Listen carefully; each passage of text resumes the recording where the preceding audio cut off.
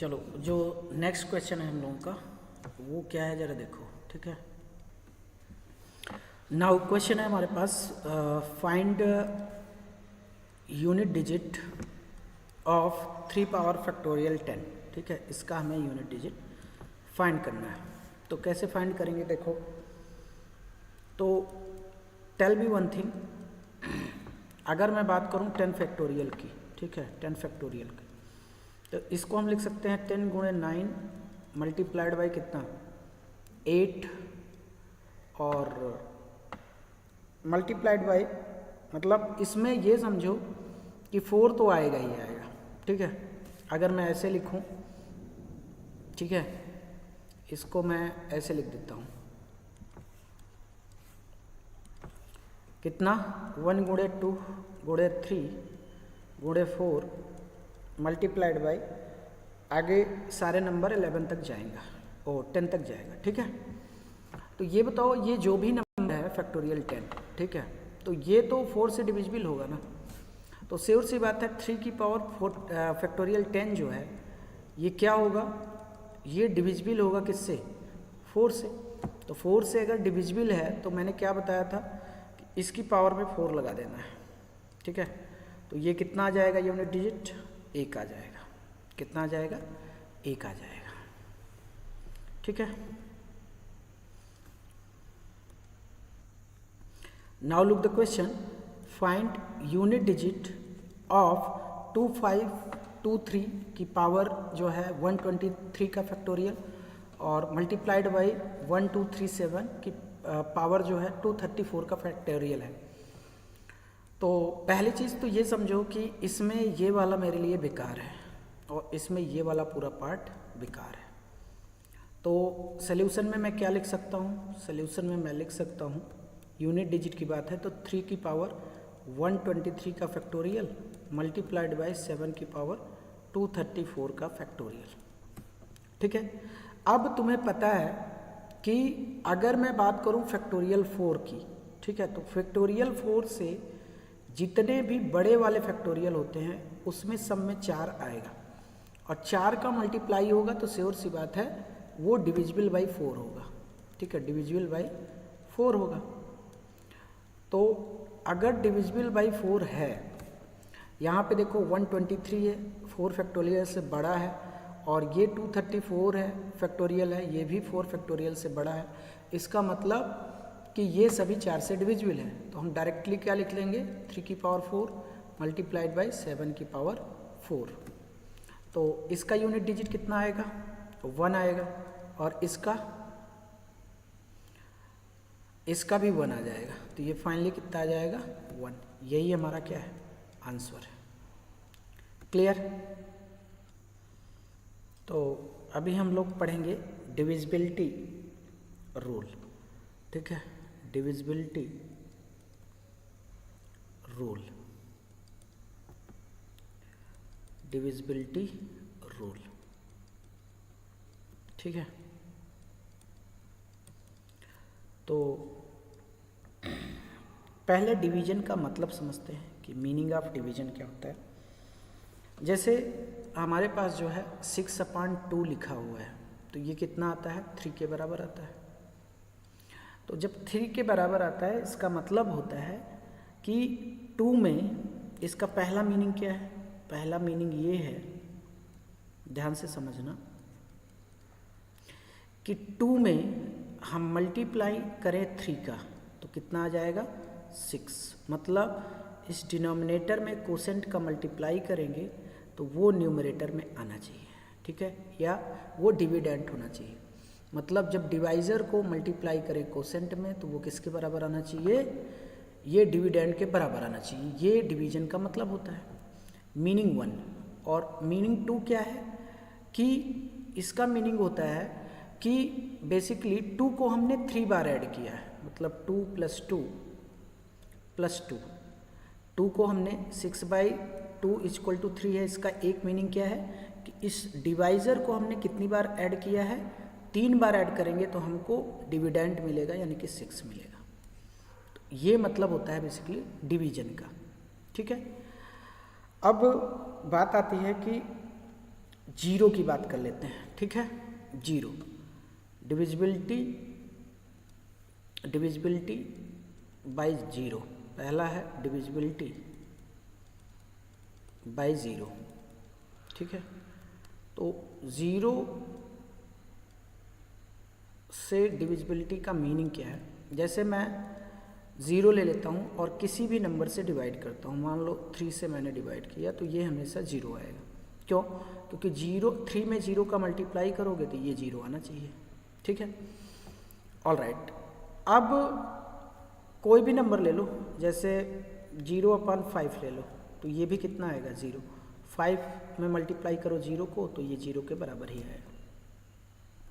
अब अगर मैं 0/0 की बात करूं तो 0/0 क्या क्या हो सकता है? अगर मैं 0 ले लूं तो भी 0 × 0 कितना हो जाएगा? 0 के बराबर आ जाएगा। अगर मैं इसको 1 ले लेता हूं तो 0 × 1 किसके बराबर आ जाएगा? 0 × 1 ये बराबर आ जाएगा 0 के बराबर। अगर मैं इसको 2 ले लूं तो 0 × 2 और बराबर आ जाएगा किसके? 0 × 2 ये आ जाएगा 0 के बराबर। ये 3 भी हो सकता है, 4 भी हो सकता है, 5 भी हो सकता है, तो ये कुछ भी हो सकता है। इसका मतलब 0/0 क्या है? इनडिटर्मिनेट है, मतलब इसका जो कोसेंट है या रिजल्ट है वो फिक्स नहीं है, ठीक है। फिक्स नहीं है, इस वजह से इसको हम इनडिटर्मिनेट बोलते हैं। क्या बोलते हैं? इनडिटर्मिनेट, ठीक है। 0/0 क्या होता है? इनडिटर्मिनेट। तो अगर स्टेटमेंट देना हो तो कैसे देंगे कि 0 is divisible 0 is divisible by all numbers but vice versa is not true, ठीक है, is not true। तो मतलब क्या है कि 0 से जो है जितने भी नंबर हैं वो सभी 0 को डिवाइड कर देंगे। 0 is divisible by all numbers but vice versa not true. इसका मतलब ये है कि बाकी जो नंबर्स हैं वो 0 से डिविजिबल नहीं होते। ऐसा होता क्यों है? मतलब दोनों का पहले समझ लेते हैं मीनिंग। यहाँ से यहाँ तक का मतलब, ठीक है, ऑल नंबर्स, ये इसका मीनिंग ये है कि जैसे मैं 0/3 करता हूँ तो ये 0 आएगा, 0/6 करता हूँ तो भी 0 आएगा, ये इसका मीनिंग है। अब जो मैं रेड कलर में मेंशन कर रहा हूँ vice versa is not true, इसका मतलब क्या है कि जैसे मान लो कि 3/0 है, तो इसका मीनिंग क्या होता है कि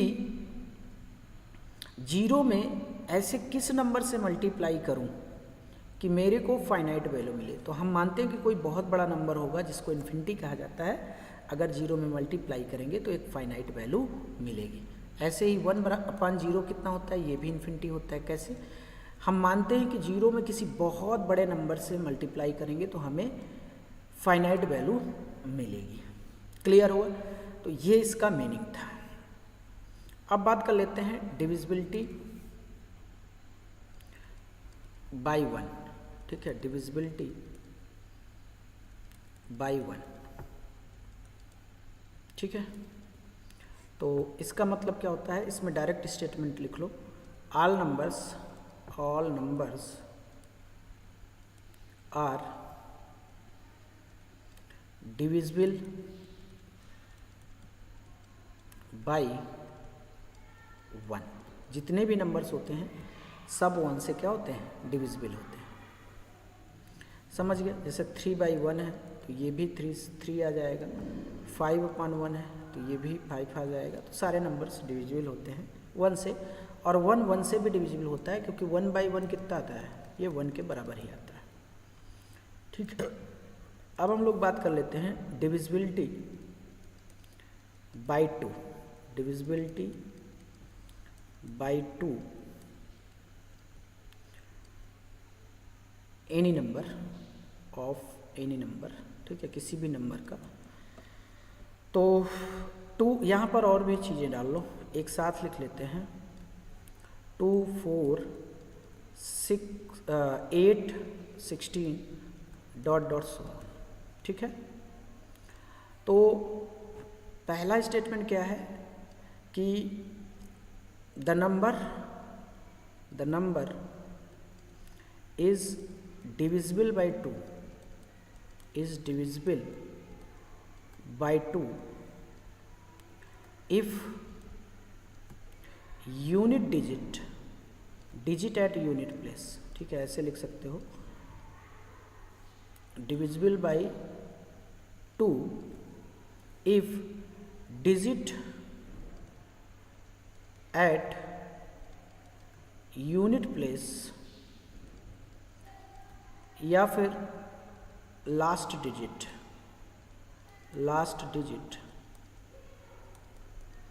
इज डिविजिबल बाई 2, ठीक है। तो ये तो 2 का हो गया, ठीक है, ये 2 का हो गया।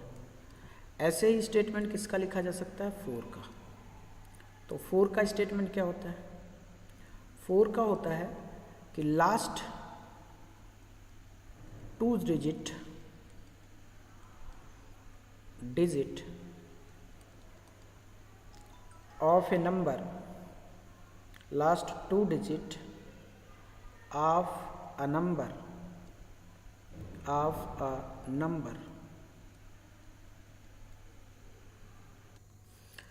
last 2 digit of a number is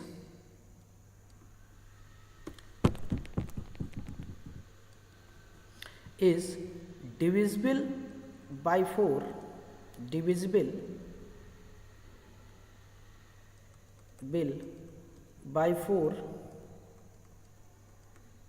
then whole number, मतलब टोटल नंबर जो है, whole number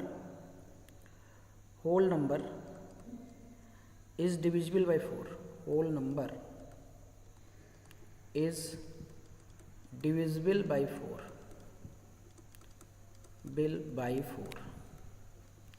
तो ये हो गया 4 का।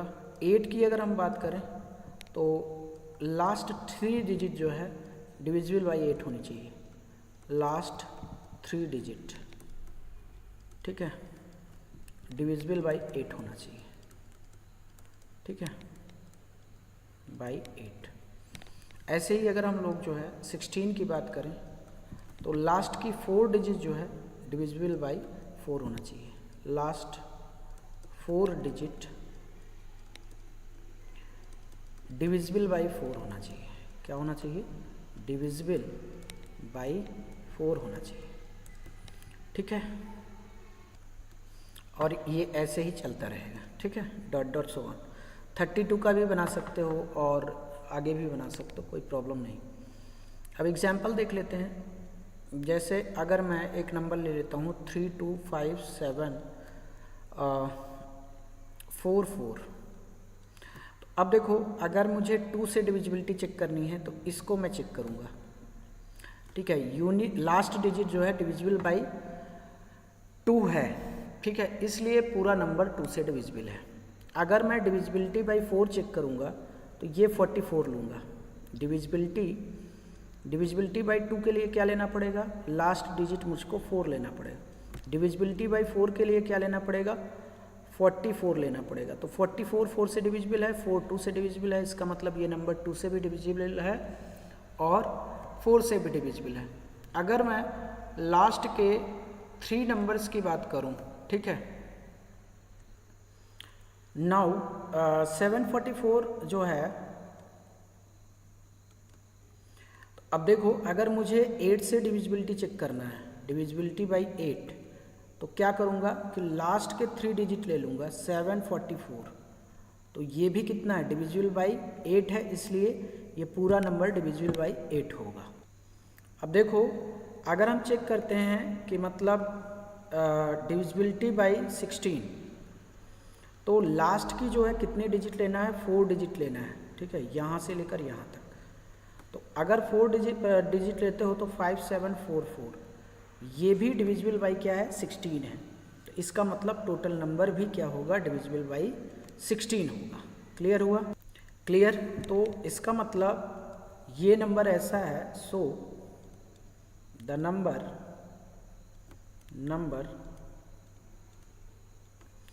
325744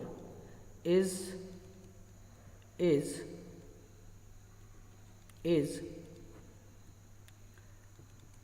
divisible